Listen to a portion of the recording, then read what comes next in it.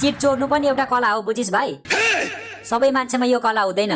नबताई सरलाई नै हेर, पहिला नै चिट चोर्नु जानेको भए आज यसरी वार्डेन भएर बस्नु पर्थ्यो। खत्तम। ए गोरु, चिट चोरेरै म वार्डेन भएको हो बुझिस। यदि मेहनत गरेर पढेको भए म आज डाक्टर भइसक्थे। डाक्टर बन्नलाई पढ्न पर्दैन नि सर, एउटा सिम्पल स्टेप गरे पुग्छ। कस्तो स्टेप? आफ्नो नाम चेन्ज गरेर डाक्टर राख्नुस्, त्यसपछि तपाईलाई सबले डाक्टर भनिहाल्छ नि। मे आई कम इन सर? भित्र छिरेर मे आई कम इन भन्छस् गधा? सरी सर, बिर्सेछु। खानु बिर्सिन्छस्? खानु त कहाँ बिर्सिनौ सर, बरु हग्न बिर्सिन्छु तर खान बिर्सिन्न। त साँच्चीकै हग्न बिर्सिन्छस् र?